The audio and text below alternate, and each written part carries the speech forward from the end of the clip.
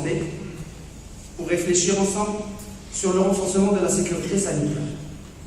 Ainsi, le débat s'est articulé autour de deux questions essentielles, à savoir comment relever le défi de la mondialisation des risques et quels outils face aux évolutions de la santé publique.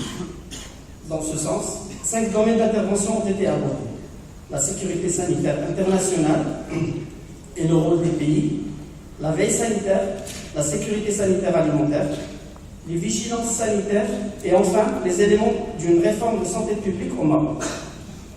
L'introduction des travaux de la commission a été faite par le professeur Mohamed Alaoui et les autres présidents qui ont insisté sur le fait que la sécurité sanitaire est un élément de la nouvelle vision de la problématique de santé et qu'il s'agit d'une fonction régalienne de l'État. Ainsi, chaque État a l'impératif éthique de protéger la population contre tous les dangers et les risques considérés nocifs à la santé. Par la suite, le président a présenté le programme de travail de la commission et il a invité les participants à formuler des propositions concrètes durant les discussions. 5 présentations thématiques ont été faites durant les 3 sessions de travail de la commission A, suivies de discussions. La première intervention, intitulée « La sécurité sanitaire mondiale et le rôle des pays », a été faite par le Dr Jawad Mahjour, directeur du département de lutte contre les maladies transmissibles à l'OMS, EMRO. Durant sa présentation, l'orateur est revenu sur la définition de la sécurité sanitaire mondiale qui, selon l'OMS, vise à réduire au minimum la vulnérabilité à des événements sanitaires graves menaçant l'état de santé collectif des populations. Ce concept englobe une multitude de questions aussi complexes qu'ardues qui vont de la scène internationale au ménage individuel. Il est revenu par la suite sur les risques pour la sécurité sanitaire mondiale, notamment la mobilité, l'interdépendance et l'interconnexion extrême du monde qui crée des conditions favorables à la propagation rapide des maladies infectieuses et de menaces radionucléaires ou toxicologiques. Il a insisté sur 3 types de menaces pour la sécurité mondiale au XXIe siècle, à savoir les maladies à tendance épidémique ou pandémique, les maladies d'origine alimentaire et les flambées accidentelles ou intentionnelles. Il a souligné que ce sont ces types de menaces qui ont généré le règlement sanitaire international et sa révision régulière.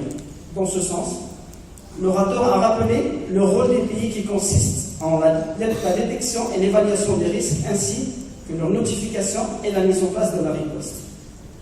La deuxième présentation relative à la veille sanitaire a été faite par le professeur Shakib Njali, épidémiologiste et professeur de l'enseignement supérieur. Il a rappelé le concept de la veille sanitaire qui consiste en la collecte et l'analyse en continu par les structures de veille et de santé publique.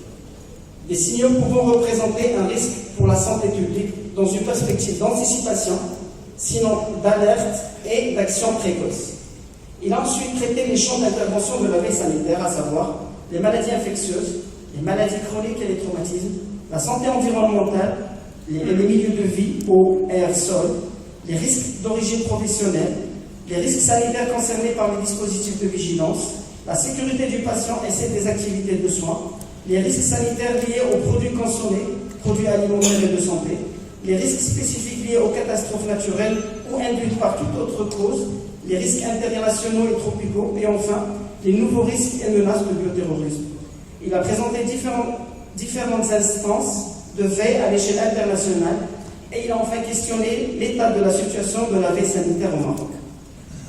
La troisième intervention sur le dispositif de la sécurité sanitaire des produits alimentaires, faite par M. Ahmed Ben Tourani, directeur général de l'Office national de sécurité sanitaire des produits alimentaires, a rappelé que l'ONSA a été créé dans le cadre du plan vert par la loi 2508 pour exercer, pour le compte de l'État, les attributions relatives à la protection de la santé du consommateur et à la préservation de la santé des animaux et des végétaux. L'intervenant a rappelé les missions, les attributions et l'organisation de l'ONSA.